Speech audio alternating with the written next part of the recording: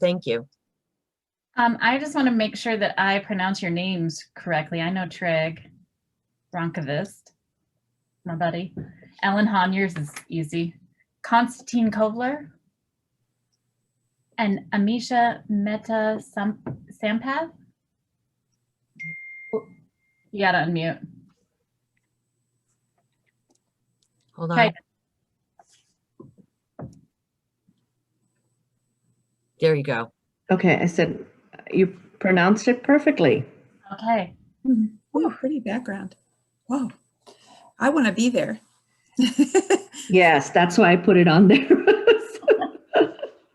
Can you lower your camera just a little where we can see more of you? I think it's Ameesha. Can you lower your camera just a little bit? Is that better? And Nate Burden had his hand raised in the attendees. Nate, can you chat us and let Thank you, us know Ameesha. what you were going to Thank you. ask? Please. Good morning to all of our attendees. If you're not, please move to the first session in the agenda at the 10 o'clock hour, which is our first fast track for the day. Testing efforts around the globe. So you remember from the last few days, you go back to your agenda and click on the next session and then click on view session and you'll be right back here. Thank you. We got about 4 minutes. Started. Thank you guys for taking your time to come present. I know you're all over the place and it's great.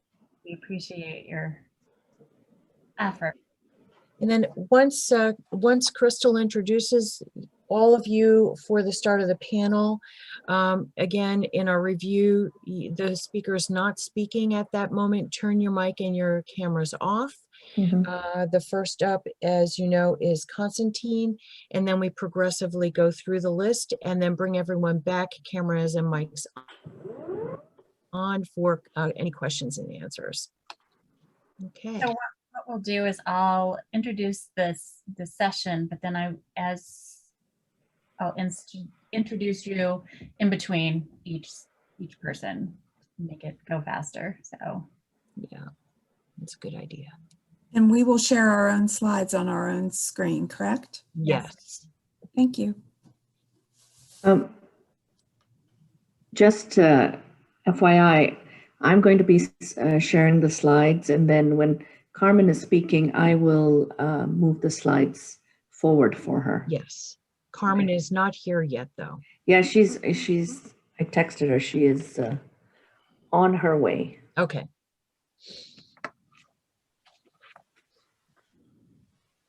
One more minute and then we'll get started. Trig, I'm going to expect a little rendition of AARST members. Yeah, perhaps. I feel like we need that. I mean, yeah. That was famous. You are famous. Oh.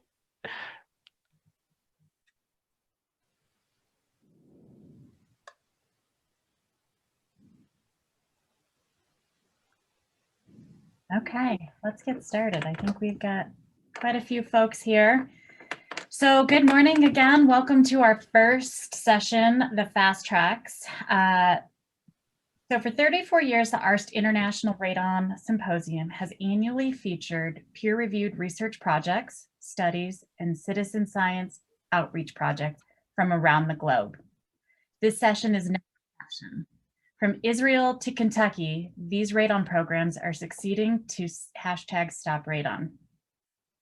For today's first Fast Track session, testing efforts around the globe, we'd like to introduce Konstantin Kovler of Israel, Tryggve Rönnqvist of Sweden, Ellen Hahn of Kentucky, and Carmen Torrent and Ameesha Mehta-Sampath featuring their project in Puerto Rico.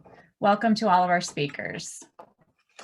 So our first speaker, Professor Konstantin Kovler, is the head of the Department of Building Materials, Performance and Technology of the Israel Institute of Technology, Scientific Director. Technion combines teaching and research activities with consulting for the construction industry and government ministries.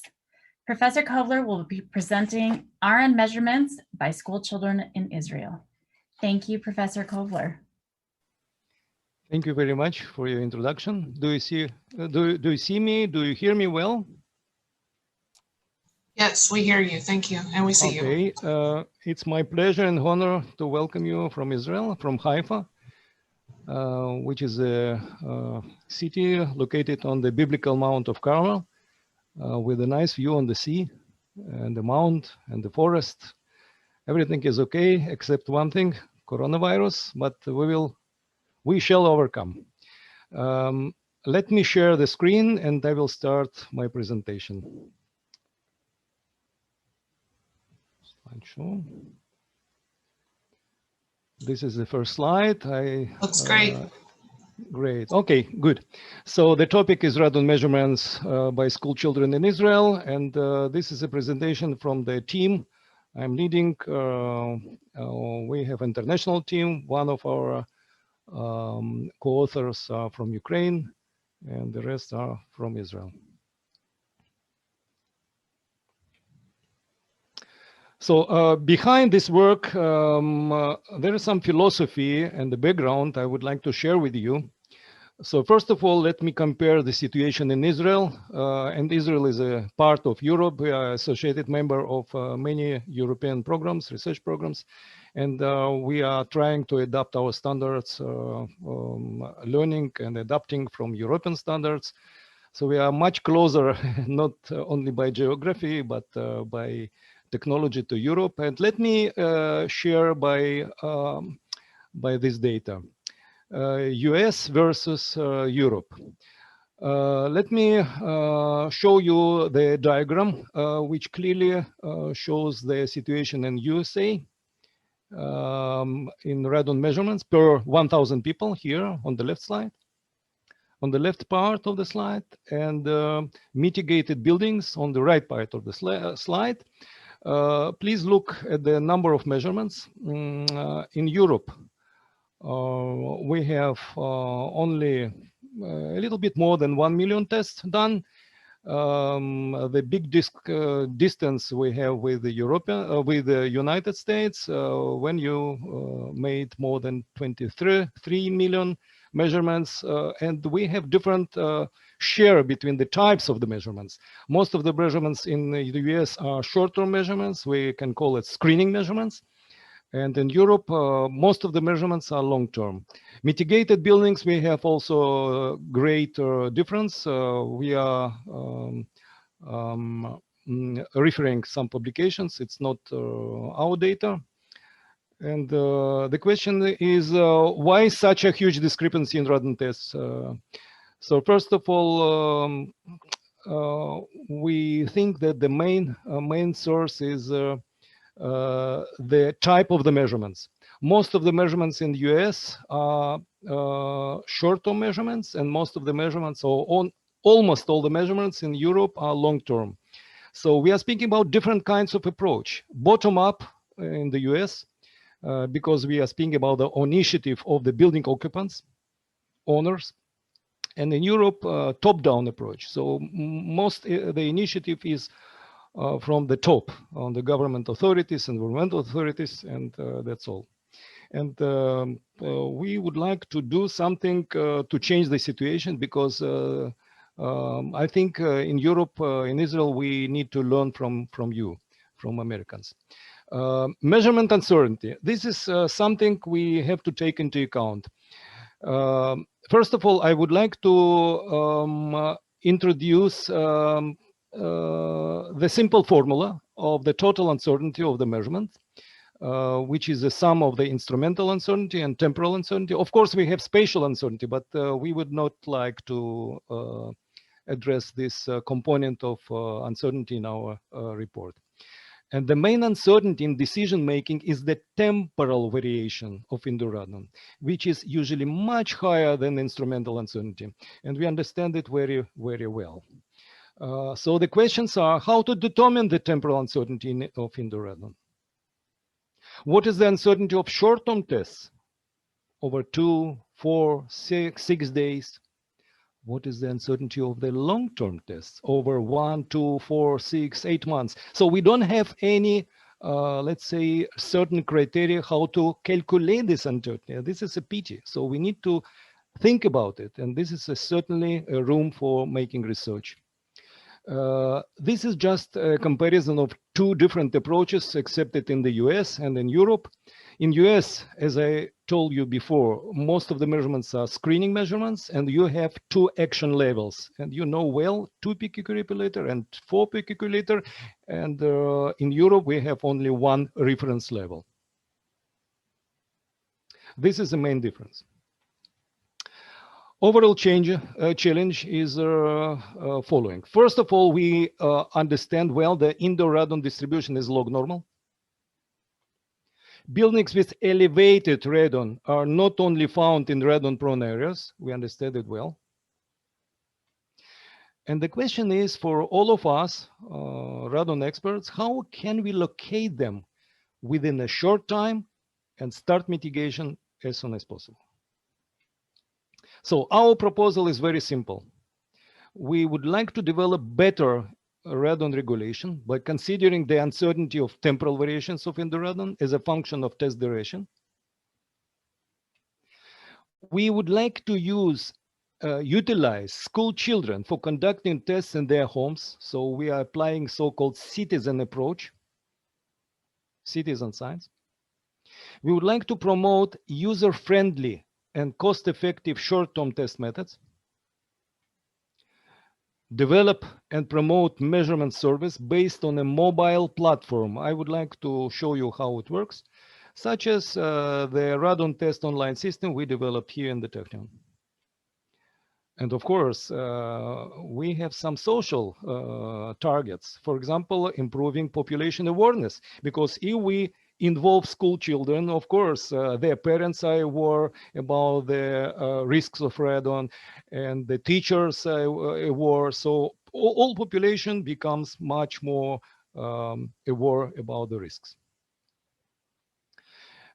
This is the formula. We published it in the paper, which is in the bottom part of the slide. This is very simple formula demonstrating the annual average radon concentration compared with the reference level. So if the long-term test, we have this formula, and this is uncertainty, you can see, and this is a temporal uncertainty. It's just one of the approaches. Maybe some other scholars could suggest another one. And then we can compare, we need to compare with the reference level. And in the short-term test, the formula is getting simpler. Now I'm coming back to involving school children. What are the benefits of involving them? First of all, let's understand that the main requirements for representative sampling, we are speaking about serving, radon serving, are random sampling principle. Second, the distribution of test points in proportion to the population density. This is a great advantage of involving school children because the schools are distributed exactly in proportion to the population density. Attracting school children in the test in their homes solves both the first and the second challenges, and additionally provides simple passive sampling and recording test conditions. Information to the public about the radon problem is available for the public, and enhanced curriculum for the school. How we implement this approach? First of all, we are cooperating with the TCSS Center. It's Taking Citizen Science to School Center, which is a communicator between the education system and the Technion team. We are just professionals, but we are not speaking with the schools, with the directors of the schools, with the teachers, and with school children. We have this communicator. It's extremely important for us. Participation of the Technion team of us as a project leader is supported financially by the European Commission. Then we need to understand that we need to have a permission from the educational authorities to attend school children in the radon survey. which is subjected to the protection of personal data, of course. Development and adaptation of the charcoal measurement method. Charcoal is a very well-known method. It's a very popular method. Charcoal is very effective radon absorber, not only radon, but air and water vapor and CO2, all the gases. And we have to create special online system. This is explained in more detail in this link. How the measurement equipment looks like. It's very simple, user-friendly, and cost-effective. So again, I'm speaking about charcoal short-term methods. So we are using miniature, very, very tiny, about 15, 20 milliliter flacons, and inexpensive charcoal flacon, okay, with a special QR code. So what we are distributing among the school children, both this small bottle flacon and the barcode with this plastic bag. The exposure time is between 3 and 6 days. Then, of course, we can freely regenerate the charcoal, so the sensor doesn't cost too much. Highly sensitive and expensive detectors. These are the detectors to measure radon activity in the charcoal. Measurement, instrumental uncertainty of radon is usually, like we know, 15 becquerel per cubic meter at so-called zero radon level. This is a very recommended method of measuring instrumental uncertainty. And measurement uncertainty of radon is usually less than 25% at radon level of more than 100 becquerel per cubic meter. And this is the online map, which is building online. And I would like to show you the examples. First of all, this radon test online system is a type of cloud service available for use in different countries. It's not only here. We can recommend it for the US, for Canada, for Europe, for any other countries. It can serve, by the way, different laboratories and common methods. It's not only charcoal. It's track detectors, electrodes, and continuous radon monitors, whatever you wish. A special mobile application associated with the laboratory data via a website by QR code. So this is extremely important for us.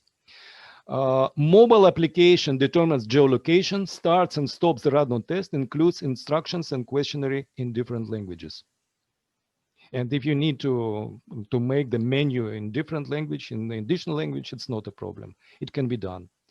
What is very important, we realize that every school child nowadays has a mobile phone, smartphone. So it's not a problem to use this system. The test results are automatically displayed on the radon map without any personal data. And this is a kind of protection of the privacy.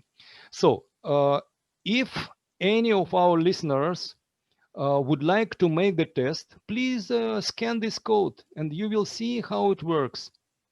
I'm waiting for 10 seconds. You are welcome to scan this code. It's just demonstrating how the menu is opened. You don't need to download any application from the web. The menu is opening by itself after scanning the barcode. And then you have a guide to sampling. We have 1 minute left. Okay, so then let me go quickly. So I think everybody wanted to scan, could do it. And this is a professional map. This is not for the public. This is our map. We have, as experts, all the data in related to the location, showing the concentration, the duration of the test, plus minus, which is a scatter, which is a uncertainty. And by the way, this is very important sentence. The maximum scale is limited to maintain privacy. So the circle diameter is, by intention, is relatively large. Okay, so this is the example. So go digital with the Radon Test Online system. You are very welcome to connect our system, your lab to our system, and it will be free. Additional information is available here in this link. And also you are welcome to read this paper, which is published in the beginning of this year. And contact me if you have any questions. Acknowledgements, European support, and thank you very much from the city of Haifa. Wonderful, thank you. That was So great. I'm stopping the share. Thank you. We will hold all questions till the end. So our next presenter is Tryggve Rönnqvist, who holds a PhD and is the technical manager of Radonova Laboratories in Sweden.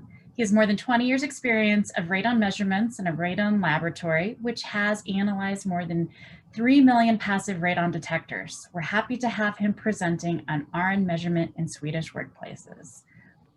We really need you to start with AARST members, and then you can start. Well, that will be next time. But no, so today I will talk, thank you, Crystal, for the introduction. And as I said, this day I will talk about the measurements in Swedish workplaces. I will start to share my screen here. And yeah. So, can you hear me, everyone? Yeah. Yes, we hear you and we see your screen. It looks great. Okay, good. So a lot of measurements has been done during the years in Swedish dwellings, but not so much in workplaces. So that is really something which has started like 2 years ago. And the reason for that is that new regulation is in place like 2 years ago. And also connected to that is a work with a new measurement protocol. That is not ready yet, it's on public review. But in principle, the steps you should take is that you make a long-term measurement, a screening measurement, like an annual average measurement in the workplace. But the situation in a workplace is usually that you have much lower levels during working hours, because in Sweden, for instance, most workplaces have a mechanical ventilation system which goes just on during working hours.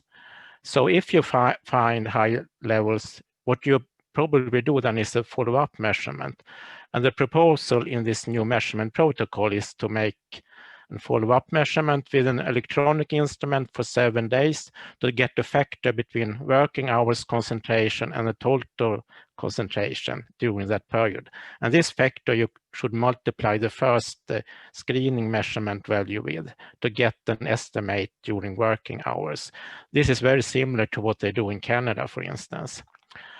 But so far, it has mostly been these screening measurements being done. And we have quite a lot of, the last 2 years, lot of measurement in workplaces, like 10,000 Swedish workplaces and 60,000 measurement points. I will talk a little about that today. What we found, for instance, that in 24% of the workplaces, they had some values above the Swedish reference level, which is 200 becquerels per cubic meter or 5.4 picocuries per liter. But this new regulation, this is really counts for the EU Basic Safety Standard Directive. So you can find similar rules in the other EU countries. First of all, this reference level, if you exceed that in this annual average measurements, what you have to do then in Sweden, that is new, is that you have to register at the Swedish Radiation Authority. Of course, I mean, this is the average in a whole long-term measurement. So probably you have lower values during working times. So perhaps the next step could be to investigate how it really is during working hours. But still, you could have high levels also during the working hours. And then you treat that more like in, I would say, standard occupational dosimetry. So it's a rule that if If it's a risk that your worker should exceed its a value of, if we take in picocurie days per liter, a little bit more than 800, then you have to make personal dose estimates, either with a personal dosimeter or calculations. So this is really, it's not just that you exceed this value, it's if you think it's a risk to exceed this value, you have to do these estimates. So that's very similar to occupational dosimetry, I would say. And you also have like an upper limit, like corresponding to a 20 millisievert level in standard occupational dosimetry. Probably that will be most affected, like mine workers. So that is a level which you are not allowed to exceed. And then picocurie days per liter is like 2,400. So that is the new regulation which are in place. But so far it has been mostly screening measurements being done. And here's some statistics from the measurement data we have. And as you can see, most measured values are quite low, but you have really large spreading in workplaces. You can find very high levels in almost any type of workplace. So, but this is just for all measurements. So perhaps it's more interesting to look like in individual workplaces, how is it there? And for that purpose, we looked at the ones with the most measurement points, like more than 30 measurement points each, and looked how variations were between floors, within floors, and so on. And what you can see there, you can also see there on each floor, you have quite a large spreading in values. So you can have some low values and some high values. Of course, in the basement, you usually can find quite high values. So there, I mean, you should measure, I would say, in every occupied room. Another thing which we found was that from this data, it was not really significant different in the ground floor if it was with direct ground contact like slab on grade, or if it was above a basement. It was quite similar values. Another thing is that you also find high levels on higher floors. And that is perhaps more illustrated in this example. It was a large Swedish workplace with 10 different floors. And as you can see, you can find high values on every floor. And this example, the highest values were on the 3rd floor, for instance. And you can also see here that the spreading on each floor is quite high. So you can find both low values and high values, I would say, on every floor. And in this example, it was they wanted to like measure more or less in every room. So it was a very good example. And what they found after the measurement to make such dense placing out to detector, that helped them quite a lot afterward to understand why the values were as they were. So it was rather easy for them to understand the situation in the house and to fix the problems where they found it. So to summarize, and I guess this is perhaps not so new for you in US. You have done workplace measurements for many years, but you find, I mean, that the spreading or measured values on the floors is quite high. So you must, when it's usually quite difficult to understand the situation in a building, so you must perform enough measurements to not miss high values. And high values are quite often found in basements, so they should really measure in all occupied rooms. And we didn't see any difference between if you was above a basement or it was a direct ground contact on the ground floor. And very high levels can be found on I would say every floor. And we also found that where we did find very, very high levels, it was also in unexpected places, like an retail store chain, where they had most buildings very, very low. I mean, they look all the same. But in one place, and it was not in really in a high-risk area, it was like 10,000 becquerel. So it's in workplaces, you can really find surprising results, although many measurements are quite low.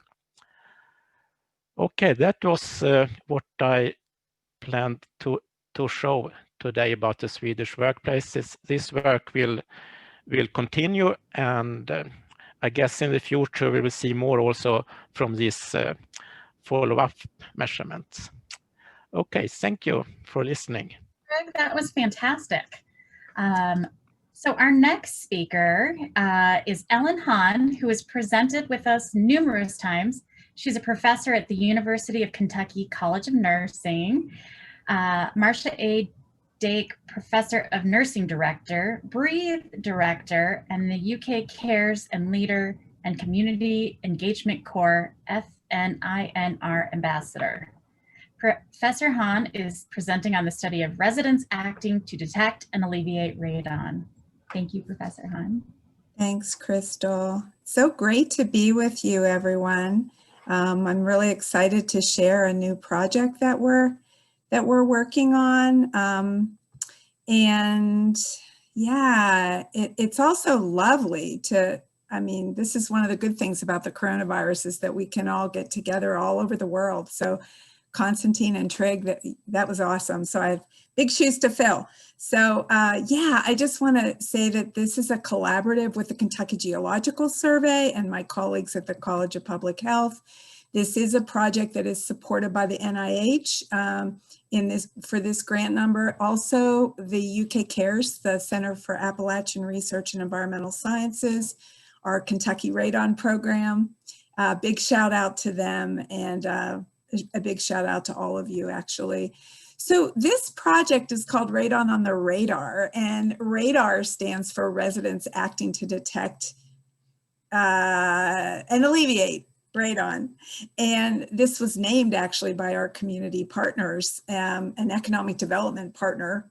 So I love the name, but we're basically, the goal of the project is to increase access to radon testing and affordable mitigation in rural communities of Kentucky.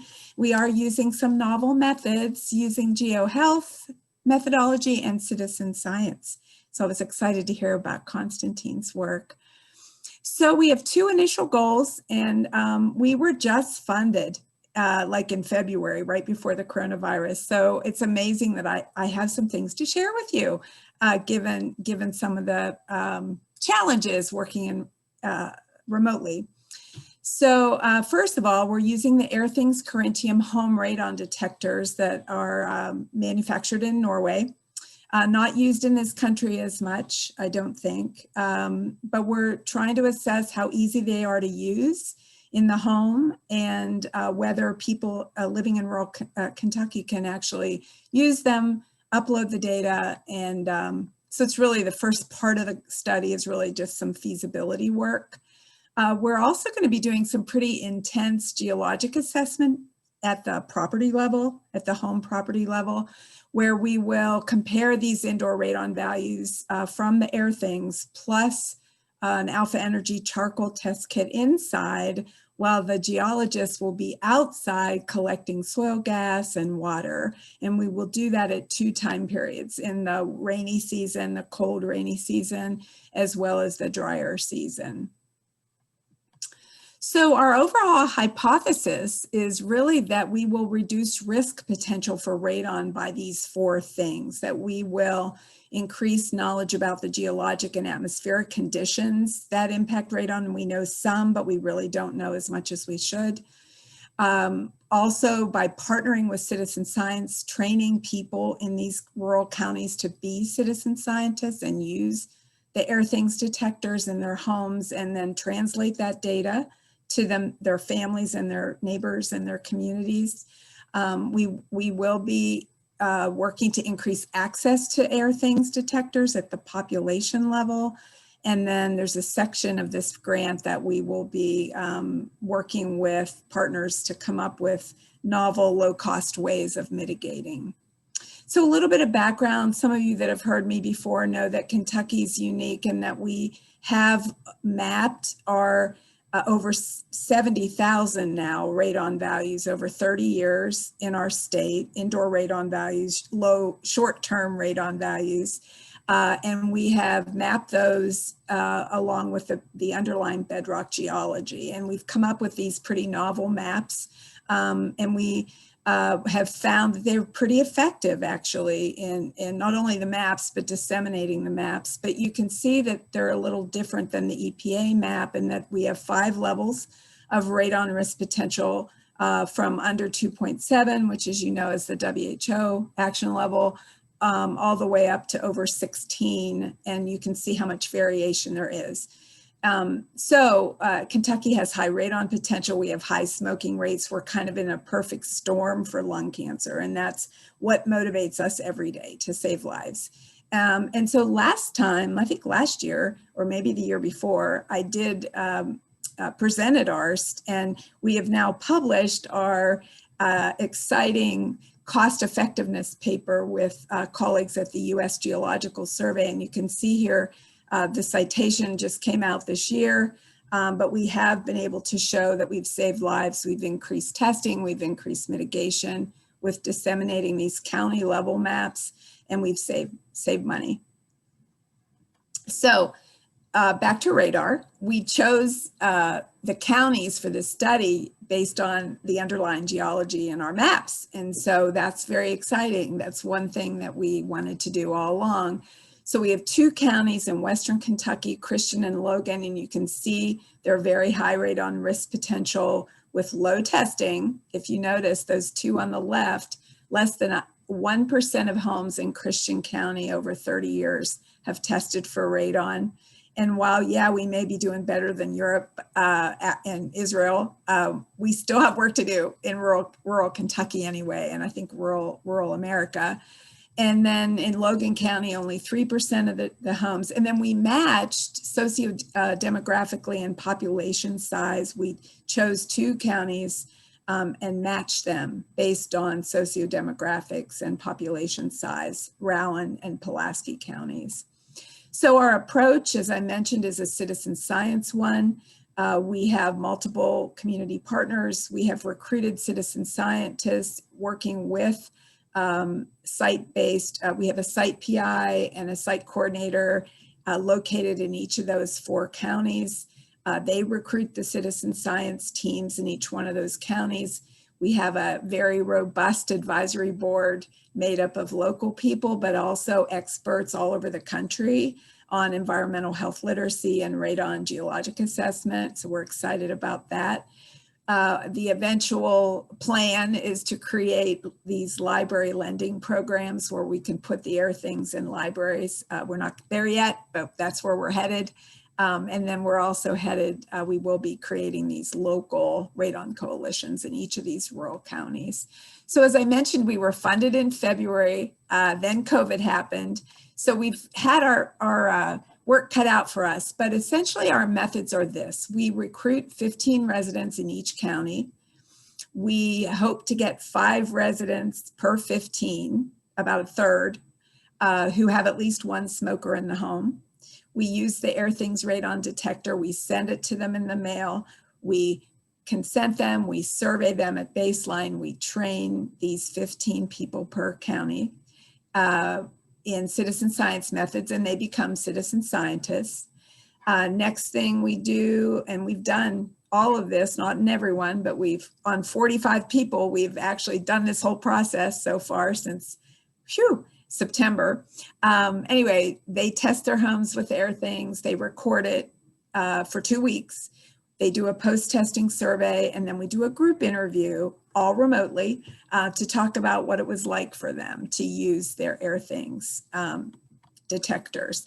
And so I'm very interested in this crowdsourcing QR code. We don't do that, but we are using Qualtrics SMS text messaging using the Qualtrics platform.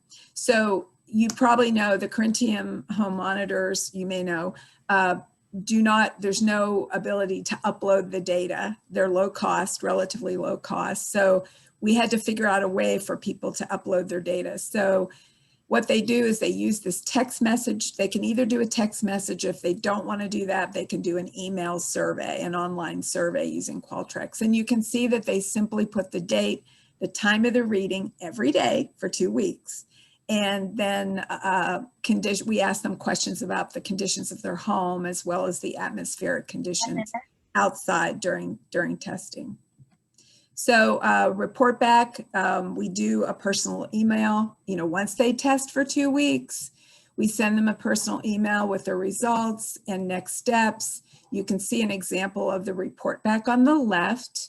You can see that we plot their daily values for them and their long-term average 2-week radon value as well. And so if they're over 4, if they're at or over 4 picocuries per liter, we have a conversation with them. We talk to them about their perceived risk, how risky they think their level is, how worried they are that people in their home will get sick from radon, what people are talking about around them, family, friends, neighbors about radon, and how comfortable they would be mitigating.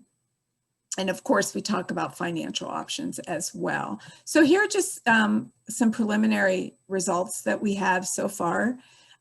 Interesting that recruitment was not a problem, and Facebook for us was amazing in these rural communities. In just overnight, with $30 boost to Facebook, we had 53 eligible and interested people. So we were very surprised at that. So we have enrolled 45 people. 3 of the 4 counties are on board and have been already enrolled. You can see that 8 of the 45 report smoking in the home. So while we won about a third of those, we're not quite there, but we have at least 2, I think, in each county right now that allow smoking in the home. So that's good and it's not good, but it's good for our study. You can see that we have had a lot of success using SMS text message. 69 of the 70 values in this very small first group were captured, which is kind of unheard of in the research world. And we are concerned that we have such a high level of radon in this small group so far. About 65% are at or above 4. The good news is Airthings is people are having a lot of ease. It's quick. They like it. They're very engaged. And so just to finish up here, we are going to be doing individual report back using the county values. We are working with the citizen scientists. We do provide vouchers for 30% of the cost to fix their home, up to $600 a home. And the geologic assessment will start after the holidays. So I just want to acknowledge my wonderful team, both at KGS in public health and in nursing. And you can see there the 3 site PIs from the community organizations, and we couldn't do it without them. So thank you. Thank you. We are running just a few minutes behind, so I'm going to quickly introduce our next speakers. Carmen, Torrent, and Ameesha Mehta-Sampath are presenting community radon mapping in Puerto Rico. Carmen Torrent is the lead on the Hispanic outreach of the health indoor environments in the Office of Radiation and Indoor at EPA's headquarters in Washington. And Ameesha is here to join with her, so we will turn the floor over to them. Thank you.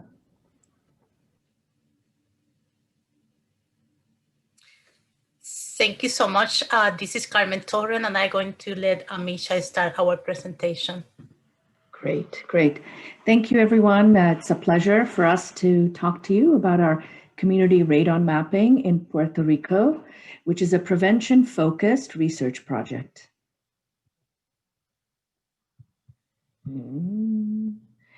So objectives, we're going to talk to you about the project details, process, and most importantly, answer the question, why was Puerto Rico selected for this research effort?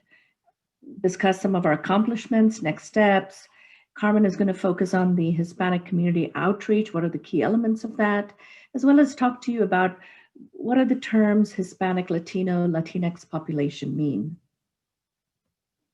So the overview, it's a prevention-focused research project, and it utilizes advanced monitoring technologies and citizen science in Puerto Rico through 4 key activities.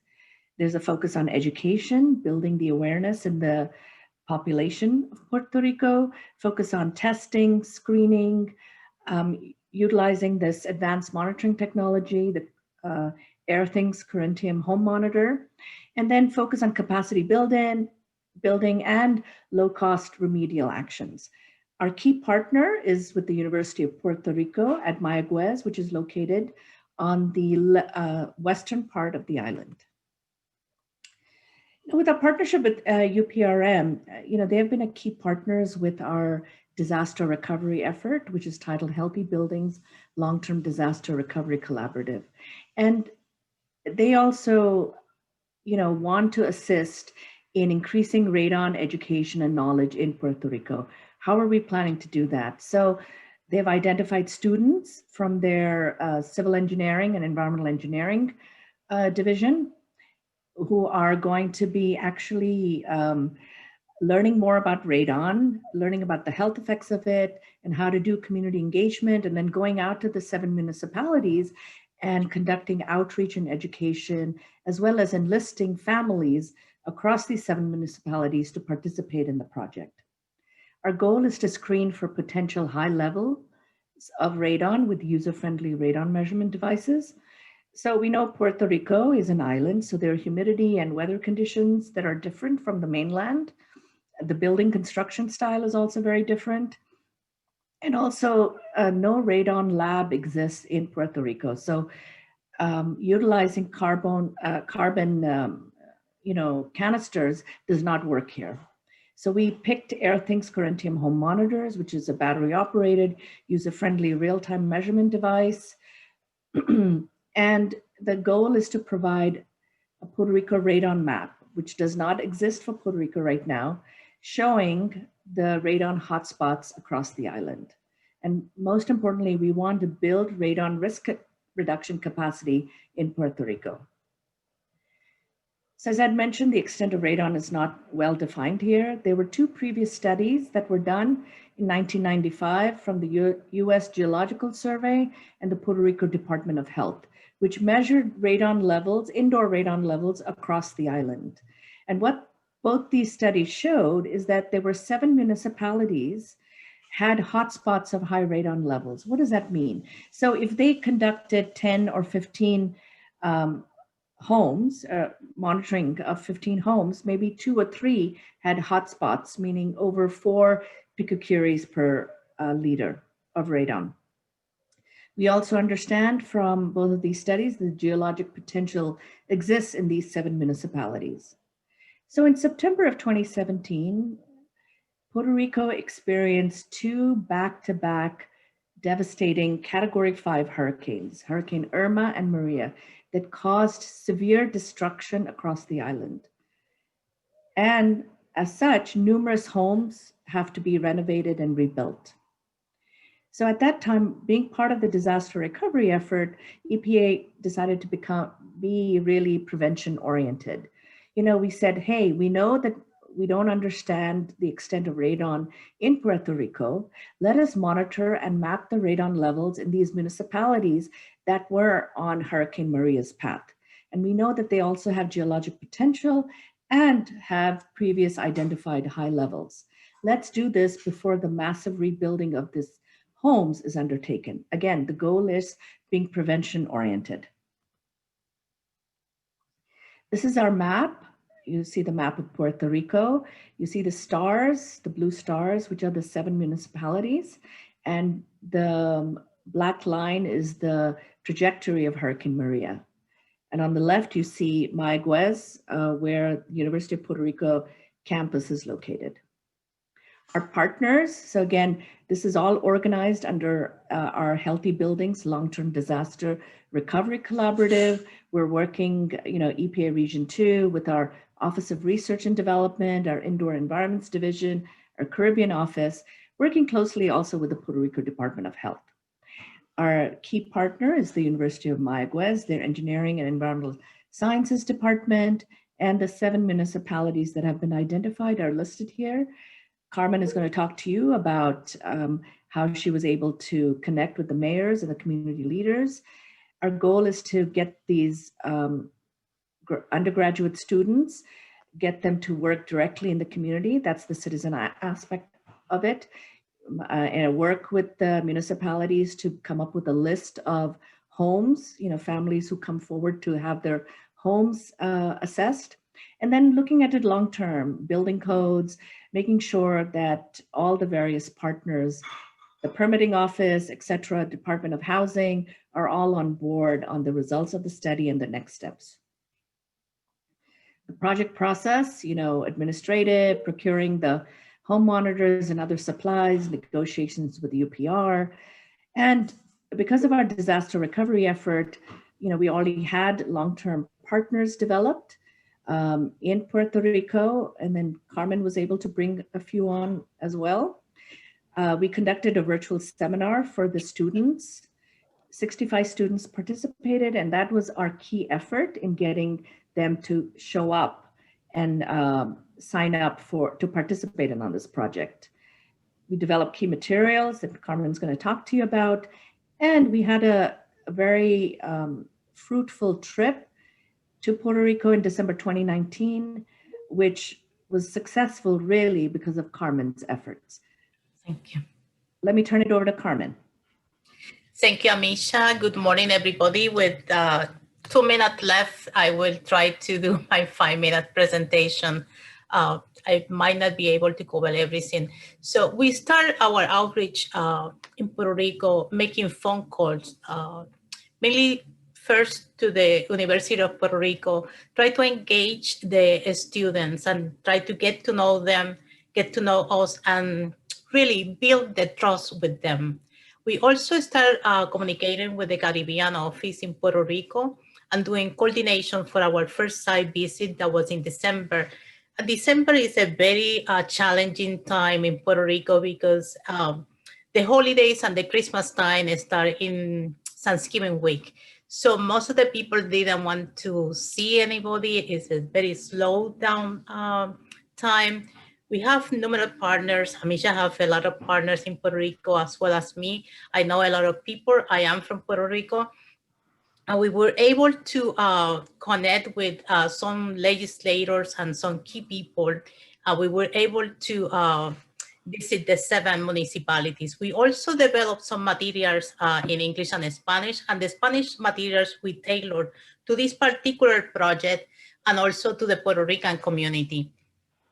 We also did a Spanish communication package, very tailored to this project and very, with a lot of details. And that's what we present to the municipalities, and that's what we use to negotiate with them. Next one, in this you can see some of the materials. When we were trying to coordinate our site visit, the first site visit to Puerto Rico, we have a lot of goals, but the main goal that we have was to have meetings face-to-face with people. It's very important when you do outreach to be present, to gain their trust. And we were able to meet with the 7 municipalities, with the mayors and the point of contact, as well as the University of Puerto Rico staff and students and the people that were in the Caribbean office. We were able to do this because we know people, we engage the people, we start calling people ahead of time. Next one, please. Next slide, please. Somehow it stuck, sorry. Okay, well, some of the accomplishment that we have, and I will say it was the training, some of the training that we did, and also for me, the face-to-face meetings and presentation. Everybody was so enthusiastic. Everybody was really on board with this project, but then the earthquake started happening in Puerto Rico, and then COVID-19 happened. So we have to put the project in hold. And right now we're in a transition. I'm still the communication liaison and the coordinator for the project. Ameesha used to be the co-lead for the project, but she left for another office. So we have new co-leads, and we are developing some more materials tailored to the community in Puerto Rico, and because the COVID-19, and we will have to do again the RAD Responder Network training, and we will continue doing outreach in the Latino community in Puerto Rico on the 7 municipalities through education, radio station programs. We already have some radio station programs talking about radon, and it's creating a lot of interest in the community. And when we do Hispanic outreach, we think about maybe language is the most important. And when you try to do outreach in a community, you always think, oh, I need Spanish materials, I need somebody that speaks Spanish, or I need somebody that looks Latino. But I think beyond the language, you really need to take in consideration the culture, the interest of the group that you're going to do in the outreach. The educational and the economical level are very important. Also, the moral value and the religious preference, because you need to tailor the materials that you're going to present. Geographic is very important also, and the resources that they have, even what they don't have. If you want to be really successful, you need to identify key people in the community. One of the things that we were able to do in this particular project was that we contact community leaders. We have connection with the state legislature. Ameesha have a lot of people from FEMA and other organizations, and we were able to send the press release to them through Ameesha's contact. I was able to secure the face-to-face meeting and negotiation with the 7 municipalities because the connections that I have with legislators and other people in key positions. Also, the office in the Caribbean was very supportive to this project. We went ahead and talked to them about the project. And at the end of the site visit, we went and talked about our accomplishment, and they were amazed with everything that we were able to do in 1 week. And they are part of this project. They want to support the project. Another key person that you need to identify are the faith leader. The faith leader have the trust of their community. And sometimes they are action driving. When you need something from the community, and you talk to the faith leader and they help you to promote those things, usually you have a very good turnaround.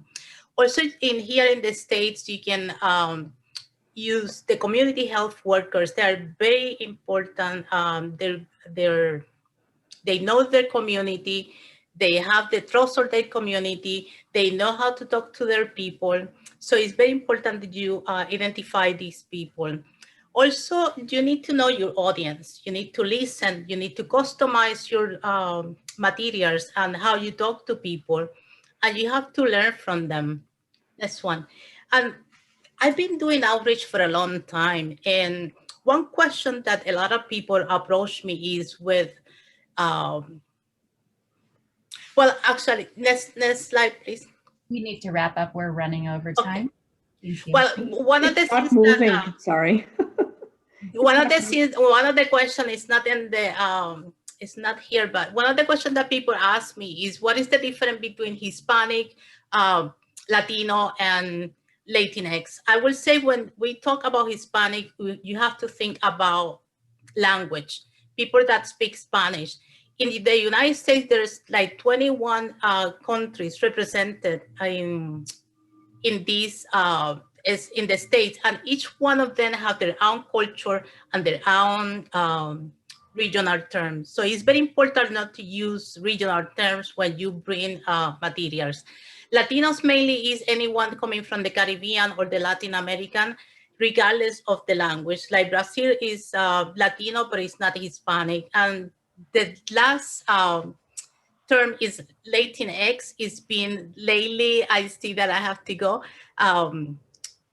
used by the news, and it's just representing a gender term that is just for Latino or Latina. And we are welcome to questions and any comments, and sorry that we took longer than we were supposed to. Thank you. Thank We you so much. So I'm not sure how much time we have for questions. I know we have quite a few that came in. I know we've been trying to address them in the chat as we've been going. Want me to read them, Crystal? We have time for probably one or two questions if they're quick responses. Thank you. Okay, there's a double question for Tryggve Rönnqvist. Did you find a reason for the highest radon on the 3rd and 4th floors? And then Josh chimed in, was the high radon in the upper floors from radon in concrete or other construction materials, which I understand is a very serious issue. So what about those 3rd and 4th floors? I don't know the exact detail, but it's not from the building material. It's more that it's like vertical shafts and things in the building, which they found was a problem. Okay, here's a question for Ellen Hahn. Does your questionnaire distinguish between smokers inside the home as opposed to only outside the home? We have a question that we use all the time. Are there smokers living in your home? Yes or no? That's how we distinguish it. So yeah, okay, that's a proxy for whether people are actually smokers. For Dr. Kovler and Dr. Rönnqvist, it appears one major focus difference from the US is that Europe is more focused on workplaces as compared to the US. Is the reason for the workplace focus dealing with government or public interest, public focus? Yeah. Okay, if I take this, I think in some countries in Europe, it has been quite a big focus on dwellings during the years. But what has happened now is this new EU basic safety standard, which requires that you have to do something for workplaces. I mean, that's where you could make some regulations. So that's why it's like a focus right now, since it can be like requirements that you have to do something and it can be regulated. And that is what is happening also. Okay, Dr. Kovler? I can just strengthen the statement of my colleague from Sweden, because if you count how many times the workplaces referred in this EU BSS, Basic Safety Standard Regulations, it's an enormous number of times. So most of the focus in this regulation and these norms are on workplaces. And this is the policy in Europe, so nothing to do. We can make some, let's say, explanations, but it's not. You have to apply this question to the authorities, to EU. Okay, one last quick question for Ellen Hahn. People in Kentucky, did they not want to test originally due to the price or not knowing about radon? What was the barrier? Lots of barriers, all of the above. They don't know about it. They don't care about it. They don't know how serious it is. Well, thank you to all of our speakers. We appreciate the time and the information. If we did not get to your question, panelists, if you could take a quick view and maybe type some of the answers in, that would be fantastic. So I'm going to do a quick sponsormercial and then we'll have you head to the next session. Our sponsormercial, we would like to thank our gold sponsor, my friends, the Sun Radon crew. Sun Radon is a trusted partner in radon detection and dedicated to help reduce cases of radon-induced lung cancer. Please be sure to visit their booth in the virtual exhibit hall and ask how Luft, their new long-term plug-in monitor, and it's available now. So if you could please quickly go into the next session and out of here, go into the next session on the agenda and hit view session. Thank you. Thank you, gentlemen and ladies who took the time this morning to present. We appreciate it. No worries.